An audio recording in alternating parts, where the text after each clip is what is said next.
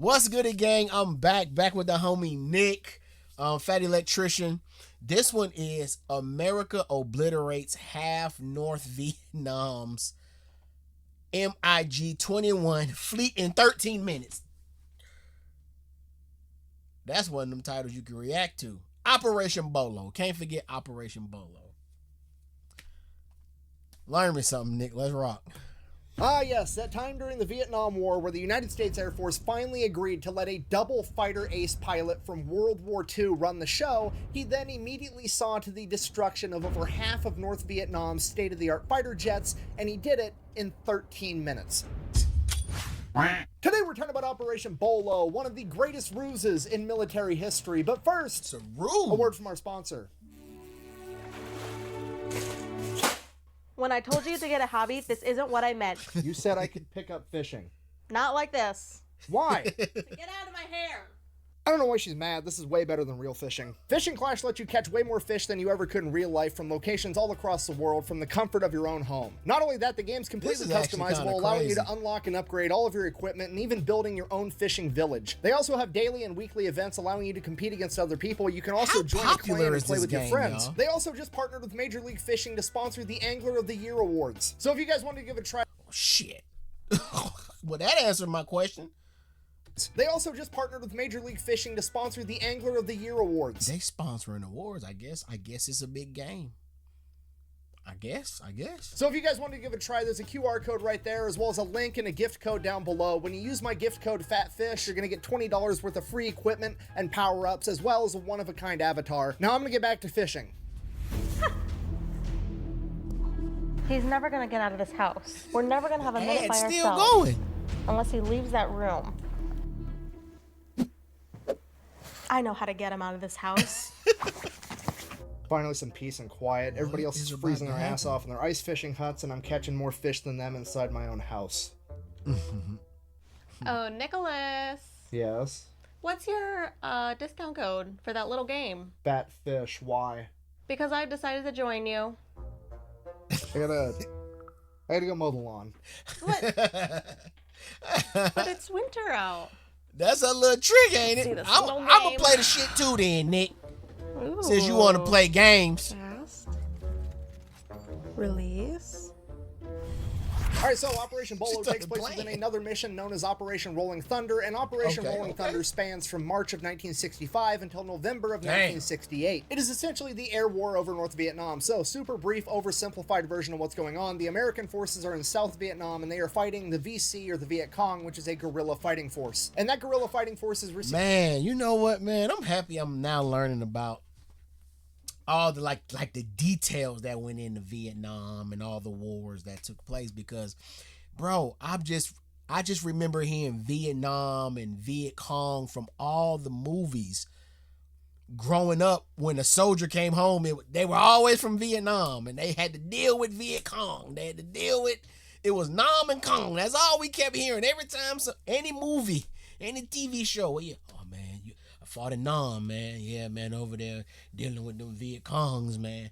That's what I heard. Now I'm actually learning what the hell it actually is and was and took place. And they are fighting the VC, or the Viet Cong, which is a guerrilla fighting force. And that guerrilla fighting force is receiving supplies from the North Vietnamese via the Ho Chi Minh Trail. So America needs to try to shut down those supply lines. Logic being, if the enemy doesn't have supplies to fight, the enemy can't fight. Real base level War 101 Sun Tzu type stuff, right? Okay, well, America pretty much has two options. They can A, invade North Vietnam with ground forces, or they can B, just attempt to bomb the holy fuck out of them, and America's going with option B, and that is what Operation Rolling Thunder is. It is just a humongous 3-year-long air bombing campaign where America is going to try to blow up so much North Vietnamese infrastructure that they can't continue to support the Viet Cong. Which honestly, it's a really good plan. What's the problem? The enemy's got nice things? Oh, well, take the nice things away. Send the planes in, bomb the roads, bomb the railroad tracks, and make it so they can't give the enemy a bunch of supplies. It's It's good. It should work. And then the politicians got involved, and let's face it, if anybody could mess up something so simple, it's going to be a politician because, well, honestly, they could probably fuck up boiling water. So how on earth did they mess it up? Well, they gave the American military a bunch of rules of engagement, which is a fancy way of saying they gave the American military a bunch of rules that only they have to follow and the enemy doesn't, essentially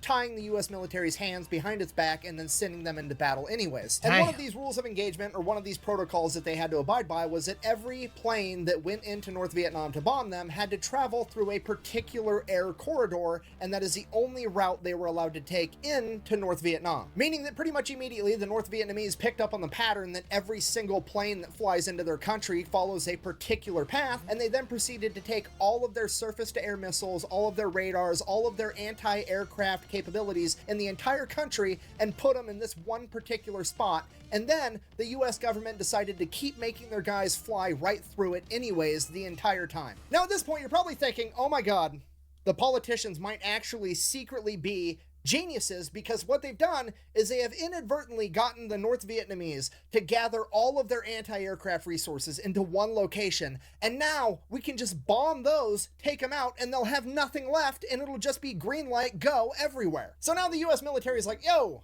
politicians, can I blow that shit up now because it's right there just waiting for me? To which the politicians are like, absolutely not. In fact, we're going to make it a rule that you're not allowed to bomb or attack any anti-aircraft sites, any surface-to-air missile arrays, any anti-aircraft anything. You have to leave it completely unscathed. And our logic behind that is that at those sites, there could potentially be a Chinese or a Soviet advisor that's helping out the North Vietnamese. And if we hurt one of them, it would upset the Soviets or the Chinese, and then that would be bad diplomatically, even though they're blatantly there to help run a proxy war against us. We're going to go ahead and care more about them than we are about our own pilots. So, bro, it's crazy how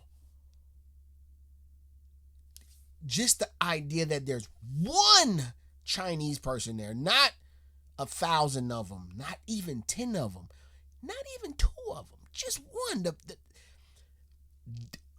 If we take out this artillery and this machinery and this infrastructure, it's a wrap.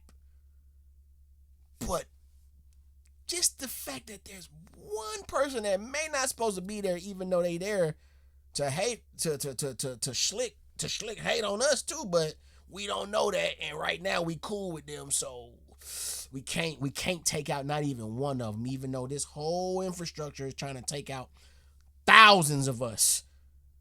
Man, that's crazy. That's crazy, y'all. No, that's crazy. Proxy war against us, we're going to go ahead and care more about them than we are about our own pilots. So we're going to go ahead and just have you guys keep flying through that same air channel, through all the anti-aircraft everything, because fuck you. That's why. This is bullshit. So that's exactly what happens every single time they fly a mission. Every Air Force, Navy, and Marine. What happens every single time they fly a mission. Every Air Force, Navy, and Marine Corps plane has to fly through the same air corridor through a gauntlet of anti-aircraft capability on their way to deliver their payload. And then if that wasn't bad enough, the North Vietnamese got their hands on somewhere between 12 and 16 MiG-21s. And if you don't know, at this point in time, the MiG-21 is the new cutting-edge Soviet fighter jet. It is okay. So it's called the MiG. It's not the MiG.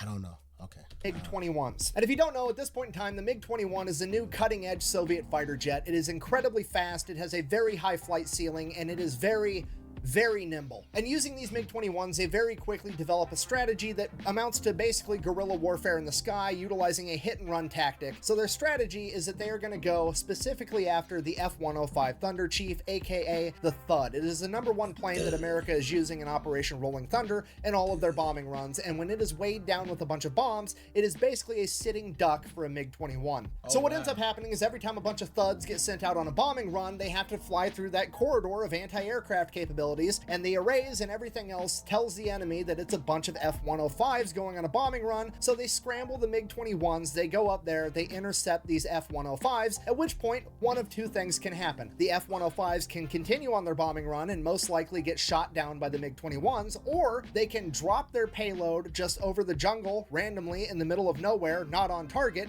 and then make an escape and live. And bear in mind, the North Vietnamese... Okay, and just so I got this right, y'all, correct me if I'm wrong, the reason Nick gave for the politicians to force U.S. to fly through this corridor or whatever, this route, and I may be misquoting him, but the reason he gave is because because we said so. Fuck you. Is unquote. That's what he said, right? I just want to make sure. I ain't tripping.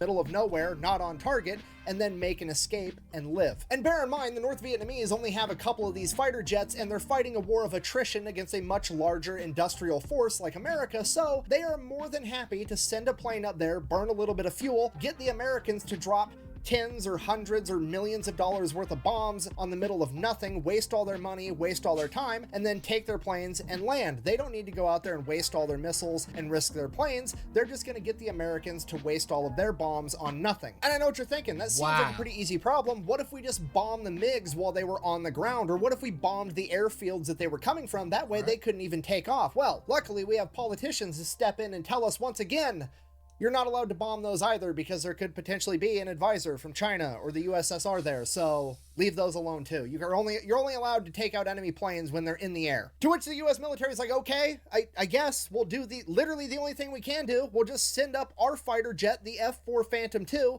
and try to go toe-to-toe with the MiGs. Okay, so the stage is set. We have one of the sexiest airplanes of all time, the American F-4 Phantom II, going toe-to-toe with the Soviet MiG-21. Okay, here's what I need you to understand about this matchup. This is pretty much the golden era of military planes, okay, in my opinion. It's right before stealth technology came out and planes started to get a little bit slower because they could be sneaky. Now, no, planes built during this period were just straight up, let's be fast as fuck and carry a ton of firepower. It's the hot rod era of military planes. And both of these planes are built on that doctrine. The F-4 Phantom tops out at like 1,400 miles an hour. The MiG-21 tops out at like 1,300 miles an hour. The F-4 Phantom is like twice the size of the MiG-21. It's got a way bigger fuel tank. It's got way more range. It can carry a lot more payload. The MiG-21, on the other hand, it's a lot smaller. It's a lot lighter. It's nimbler, but it doesn't have as much range. So the MiG-21 in an up-close dogfight is probably going to be better with its gun, whereas the F-4 Phantom, not really intended for up-close dogfighting. It doesn't even have a gun. Because it has a more advanced radar and missiles that can take the enemy out from 29 miles away, it doesn't even need to see the enemy to shoot him out of the sky, so why on earth would it need a gun? Okay, the F-4 Phantom's MO is to haul ass, shoot half-court shots, and have a dope-ass paint job the entire time it does it. So, just so we're all on the same page, Soviet MiG-21, American F-4, very much peers to one another. They are both capable of taking the other out. They both pose a huge threat to one another. However, theoretically speaking, the MiG-21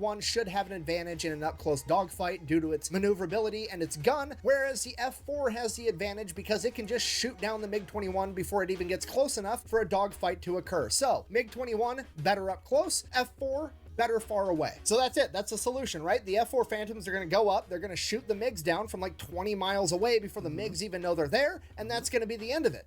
Ta-da! Luckily for the North Vietnamese, the American politicians step in yet again with another exciting rule of engagement. Guess what? You're not allowed to shoot at enemy aircrafts until you have visual confirmation that it is an enemy aircraft. Translation, the American F-4 pilots literally are not allowed to start fighting the MiG-21s until the MiG-21s have the advantage. Which is absolutely insane to think about. Which is close up fighting. Wait a minute, bro.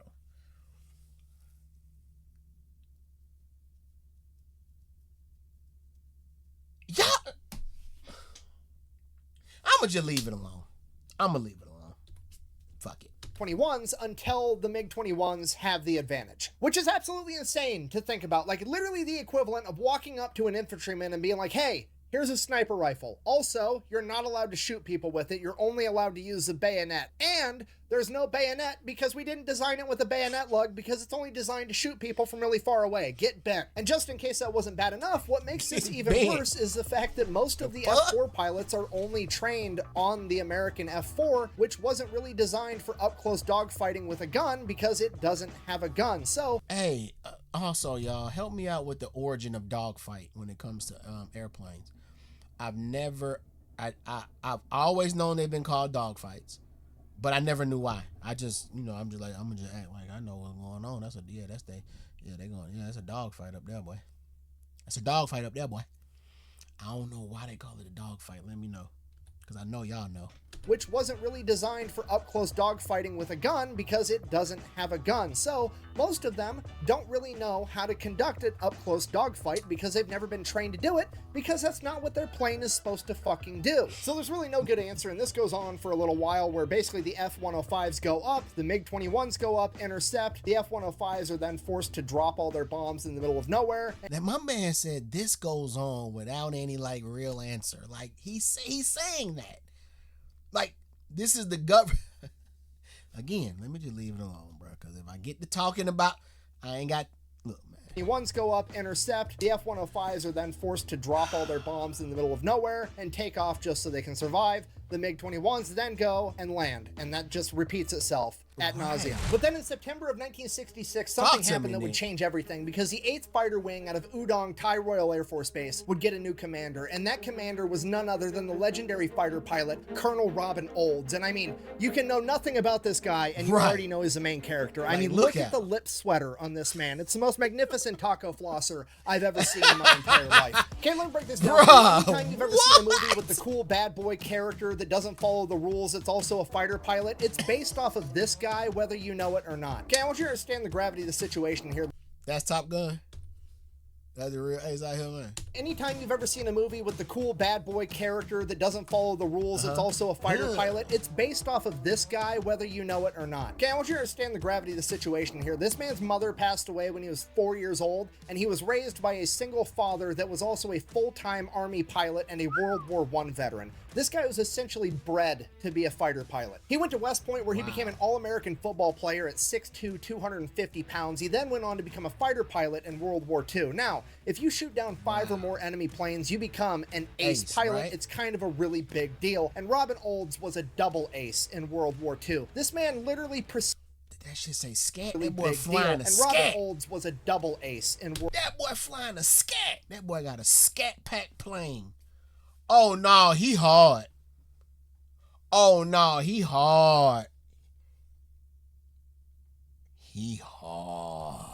An ace pilot, it's kind of a really big deal. And Robin Olds was a double ace in World War II. This man literally prestiged in the most extreme air-to-air combat the world has ever seen, and he's about to become a triple ace in Vietnam. And at the age of 44, nonetheless. How's the old saying go? Beware of an old man in a young man's game. Yeah, this is the main character for sure. And like most great main characters, Robin Olds has a lot of very high-ranking people that don't really like him that much, mostly because he's not afraid to ruffle a couple of feathers to get his point across. And most recently, the argument that he's been having with the establishment is the fact that the F-4 Phantom, the main fighter jet for the United States military, should probably have a gun on it. He also has an issue with how these new pilots are being trained, because they're not really being trained how to actually dogfight. They're just being trained how to haul ass, intercept a plane, and shoot a missile at it, as opposed to actually getting into a close quarters fight. And the chain of command is basically telling Robin Olds, like, hey, look, you're old. They don't do it like that anymore. You were fighting in World War II in P-51 Mustangs and P-38 Lightnings. This is not what's going on anymore. These kids are flying F-4 Phantoms that can fly at 1,400 miles an hour and shoot missiles and take out targets from 30 miles away.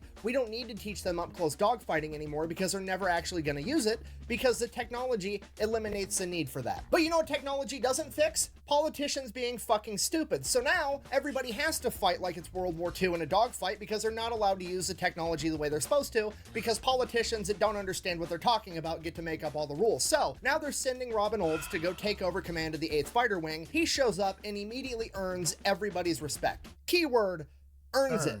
Doesn't just get it given to him. And the way that he earns it is one of the best examples of leadership that I have ever read about. This man shows up to take command of an entire fighter wing as a double ace World War II pilot and a legend, and he decides to immediately put himself on the flight roster as a rookie to get trained on how to better use the F-4 Phantom, because he's not very well acquainted with it, and he lets all the men that are lower than him train him on this plane. Wow. He didn't come in all cocky. He wasn't some arrogant prick. He just admitted, hey, I've been doing this for a long time. I've flown a lot of planes. I'm not super great with the F-4 Phantom. I need to get great with it so I can lead you guys, and that's exactly what he did. And man, I love that. I love that, man. That does so much for the people below you. I hate to say below you or under you. Well, it's the military. So yeah, below you, under you, however that works. Whatever Nick just said. what it does for them, because in real life that's what happens with people too. Like if you get Michael Jordan come in and he's like, "Hey, Steph, can you teach me how to shoot that damn 3-pointer from the logo, like on the regular, like as your regular 3-pointer? Can you teach me that?"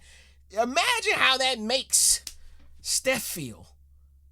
Even though he's Steph, like these guys are combat pilots, man. They some bad boys already. And then the biggest bad boy come in and be like, "Hey, can y'all teach me something? Cause I don't know this shit. Yeah, teach me something." And I ain't gonna be, nah, you teaching me. I don't know. I'm not gonna get smart. I have nothing to say back. I don't know this. So that has to do a lot for them. With the F4 Phantom, I need to get great with it so I can lead you guys, and that's exactly what he did, and it immediately earned him all the respect in the world. So Robin takes some time to get acquainted with the F4 Phantom, and within a couple of weeks, he's already flying the plane better than most of the trainers. So now that Robin Olds is caught up on the F4 Phantom to where all of his guys are, he is now going to teach these young whippersnappers how to dogfight like it's World War II. Come on. And this is like the cool moment from all the movies where old schools teach a new school how to get shit done anyways, okay? This is Rocky teaching Adonis Creed how to box. This is Doc teaching Lightning McQueen that sometimes you got to turn right to go left.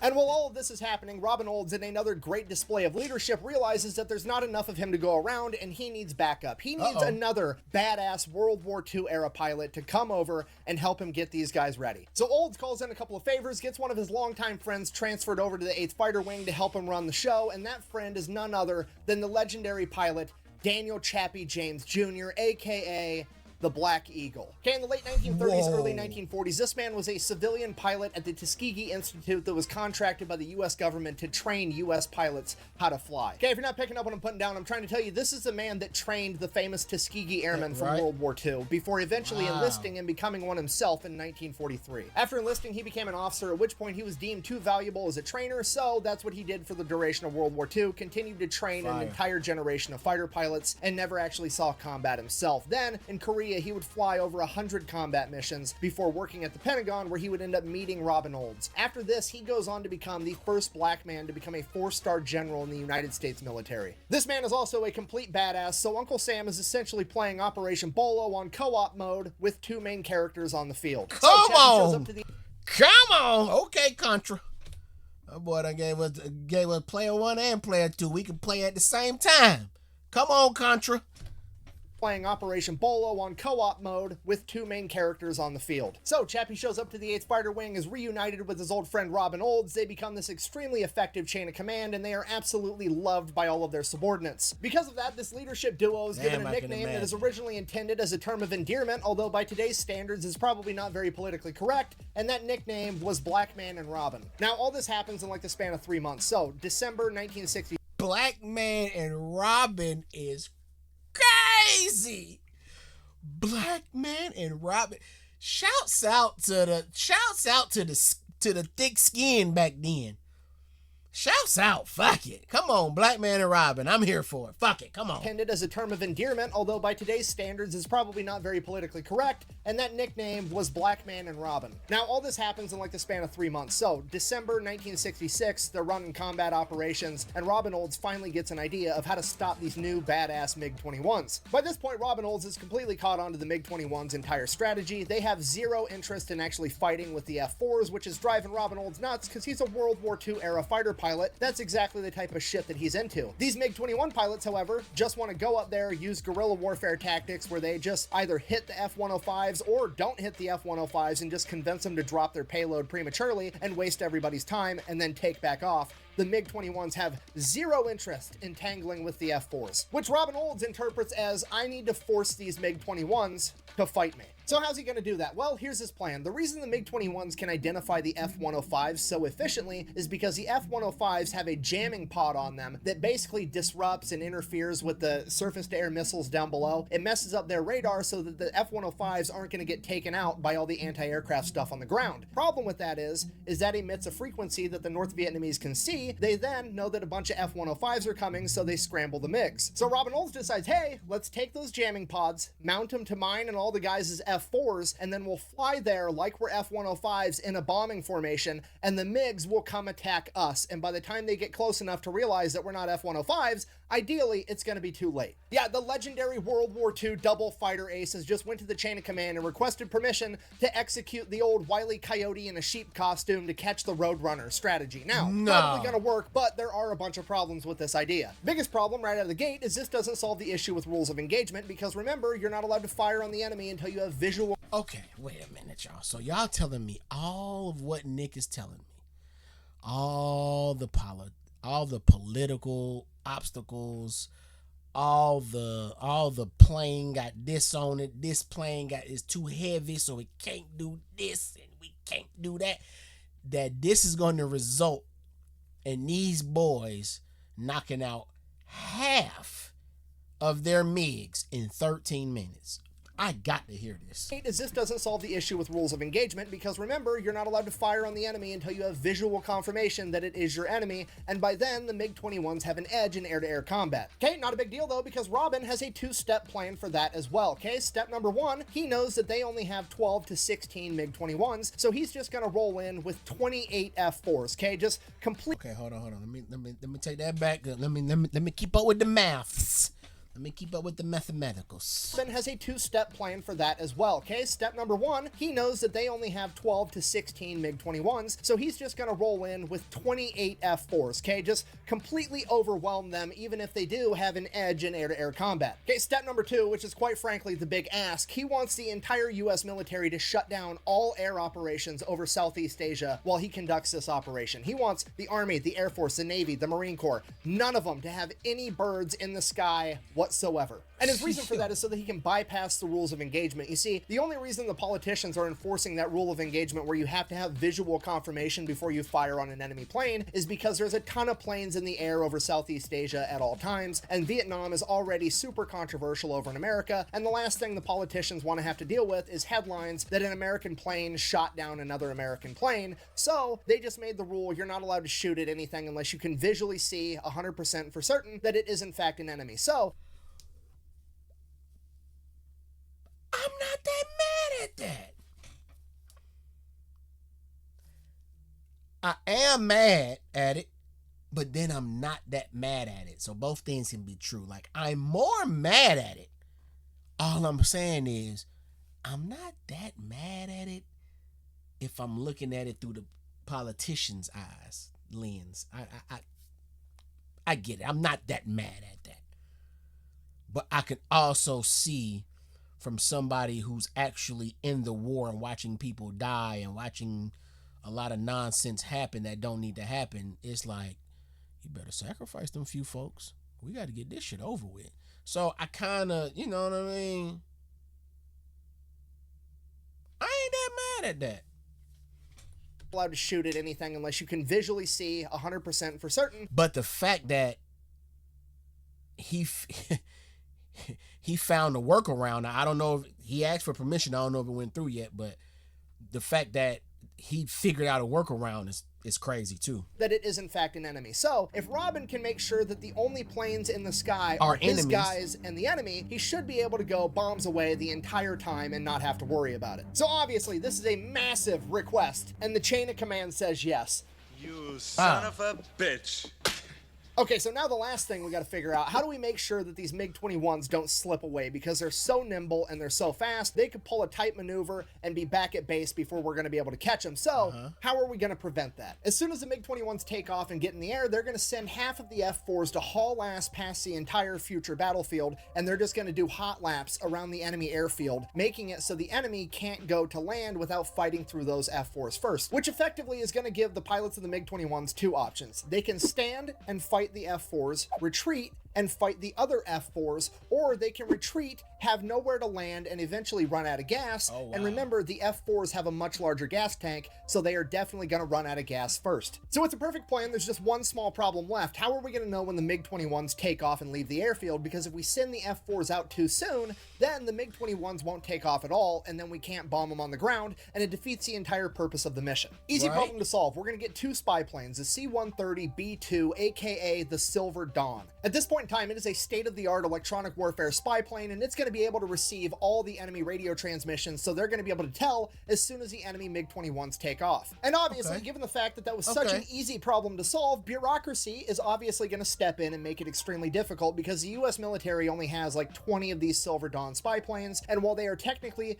the property of the United States Air Force, they are directly under the command of the NSA, the National Security Agency, and they are super duper stingy about whoever gets to use these planes. Basically, the NSA gets final say as to whether or not this plane gets to participate in this mission, and that means that they're going to have to go through some stupid bureaucratic process where they ask for permission, it gets run up the chain of command like 30 people deep, and then finally some bureaucrat has to take responsibility. They're not going to do that because they don't want to put their ass on the line, so it's probably just going to be a big fat no, you can't use this plane, even though it's probably going to make the whole mission work. Now, this is normally the part of the story where the hero strategically transfers a piece of equipment to an alternate location so that he can get the job done. However, he doesn't have to do that because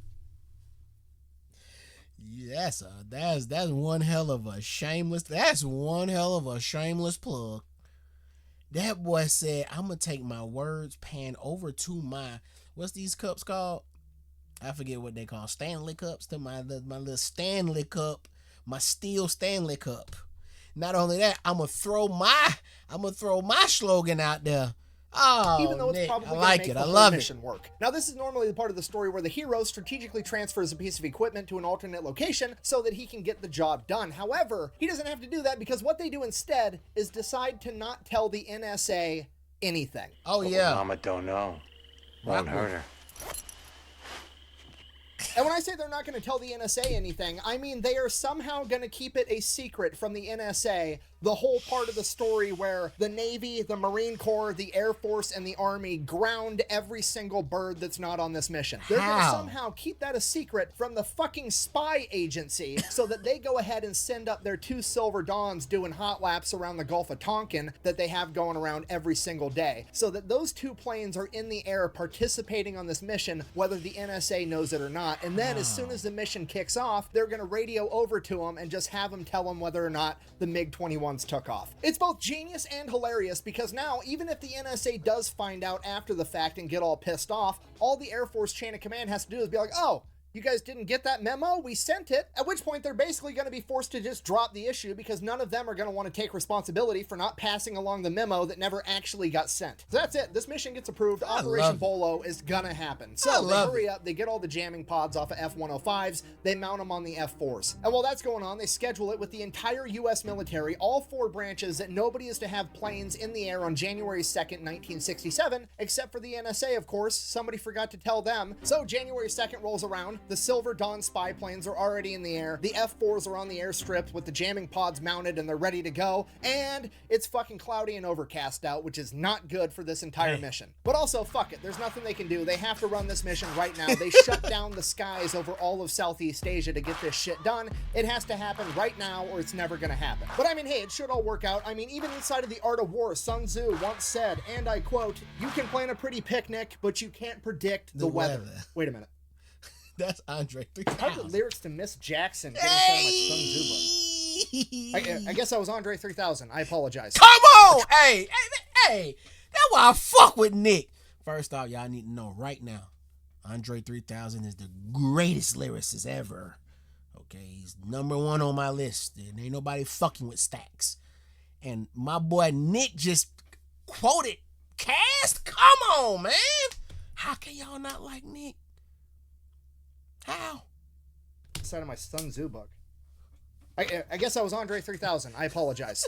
A trillion times. Anyways, point stands. The mission goes. So the F-4s get put up in the air and there's 7 F-4s. Each flight is 4 F-4s for a total of 28 and they are all named after cars. Flight 1 is named Olds, being led by Robin Olds. Flight 2 is Ford, led by Chappie, and Flight 3 is Rambler, being led by Captain John Stone. And everything they do follows exactly what the F-105s would normally do. They're taking the same route at the same elevation, using the same radio frequencies. They're even using bomber call signs in case somehow their radio transmissions get intercepted, and they're emitting the same jamming frequencies as well, using those pods. So sure enough, the MiGs show up, and wouldn't you know it, the first guy to see one is none other than Robin Olds. He immediately splits his flight into 2 groups of 2, do, and Olds and his wingman take off after this MiG. Olds fires 2 radar-guided missiles, and they both end up losing their lock, and he misses entirely. He then closes the distance more so he can fire a heat-seeking missile, and it's a dud. And then the MiG that he's chasing goes into the clouds, and he loses them entirely. And as soon as he loses sight of that MiG, another MiG is screaming past him, going the opposite direction, so close that Olds can't just make a normal turn. Without batting an eye, Olds immediately hits a vector roll, which is a technique right out of the World War II dogfighting handbook. It's essentially you nose up and you do a backflip corkscrew maneuver and end up behind your enemy. And as he's mid-vector roll upside down pulling G's, he gets a radio transmission from Captain Johnson of Rambler Group saying, "Hey, I just got into the battlefield. Where are you? I heard that you're engaging an enemy." Olds finishes the vector roll, gets behind this MiG, radios back to Stone,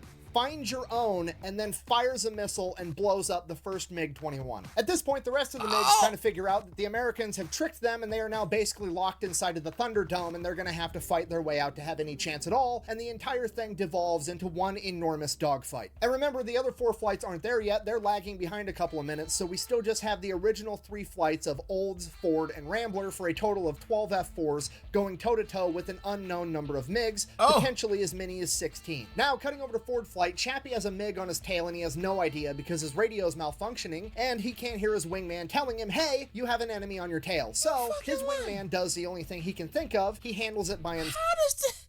You lying to me? So we up here, we about to do this shit, and now my equipment don't work? Oh my God.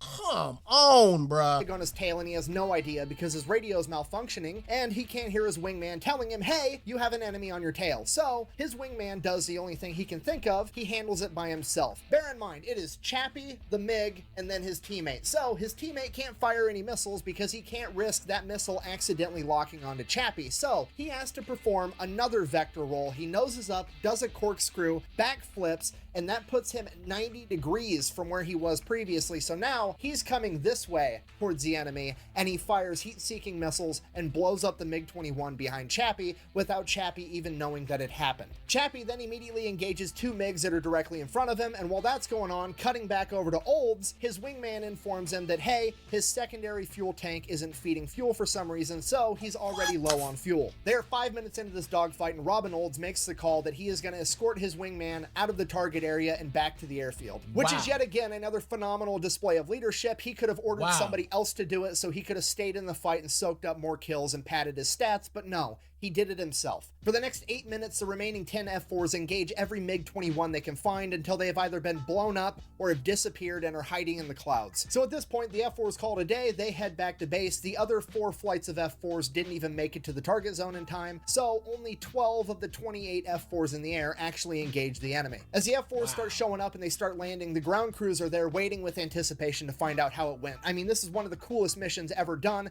probably the coolest thing a lot of these guys are ever going to be involved with. So they're super pumped to hear how it went. As the F-4 canopies open up, the pilots start holding up fingers of 1s and 2s, telling everybody how many MiGs they shot down, and the entire place turns into an enormous party. They're celebrating. All these guys are just absolutely pumped that they shot down a bunch of MiG-21s. So they debrief, trying to figure out everything that happened in this 13 minutes of absolute chaos, and first and foremost, the best news, not a single American pilot got shot down. Then they figure out that they for sure shot down 7 MiG-21s with an additional 2 probable for a total of as many as 9, and bear in mind that the North Vietnamese only had somewhere between 12 and 16 to begin with. So at worst, Operation Bolo has effectively destroyed at least half of North Vietnam's MiG-21 fleet. Okay, and there's always going to be that one guy in the comments section like, "Buh, I can't believe you made an entire video about them only shooting down 7 aircrafts, buh." Okay, first of all, this isn't a video game, this is real life, and going 7-0 against peer aircrafts is absolutely incredible. Secondly, in a way, Operation Bolo didn't just destroy half of the enemy MiG-21 fleet, it also destroyed their entire fleet's operational capability,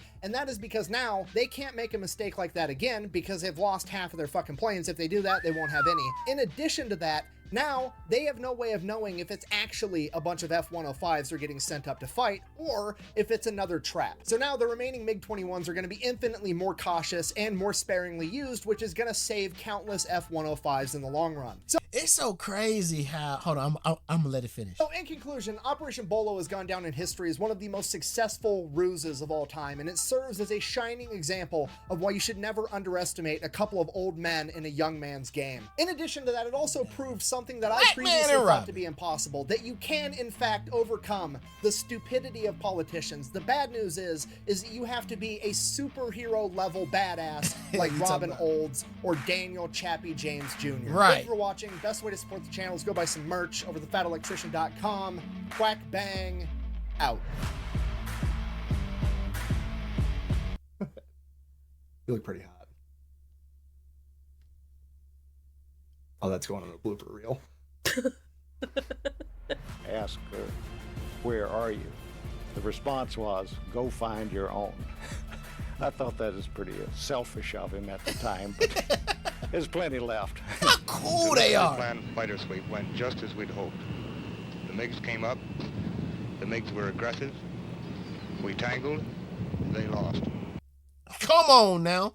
Bruh, it's so crazy how cool they be. But what I was going to say is it's also so crazy how somebody's quirky, like, fun, like, idea that seems so far left, yet so simple, because it is that simple. Okay, if we can't shoot down these planes because there could potentially be an ally in these planes, why don't we just make sure it's nothing but enemy planes in the air at that moment? That's a very simple idea.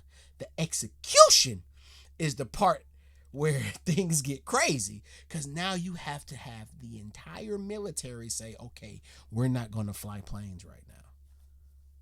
And this in this time that you're asking us, just a few minutes, we're not, that it's only going to be y'all in the air. You know how crazy that is? You know how nuts that is? That all of the military is just like, no, only those planes are going up for all the military. That's crazy. But his simple idea made the enemy think more now. Ain't that crazy? It's not like it's a secret he gets to keep. His intelligence, his ideas aren't a secret he gets to keep to himself and be like, they don't know how he pulled that one. No, they see how you pulled it off, and then now they get to go strategize. It's like because the US military got somebody so smart and willing, now creates a great for another military, the ops, who's going to find a way to combat that, find the loop around, find the workaround to counter the loop around that we just figured out. And now all of a sudden, now he a genius too. I don't know. I like that. I like that idea. I don't like that the ops is learning and improving on some AI shit, but you get what I'm saying. Like that's dope to me. That's crazy to me. Anyways, like, comment, share, subscribe. That was a cool ass story. That was just a cool ass story. Like, it was just cool. Like, that was just so cool. It was like a little fun mission, even though it's war and his life and his missiles and his bombs and shit. It's just like, it was so cool the way he came in humble. Hey, can y'all teach me? Yeah. All them kills don't matter right now.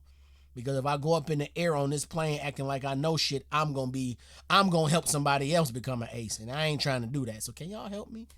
And then everybody like, damn, we get the what the hell? We get to teach them? And then they turn around and teach them on what you just taught them. Man, I don't know, man. That shit just cool. Like, comment, share, subscribe. I'm out, y'all. Peace.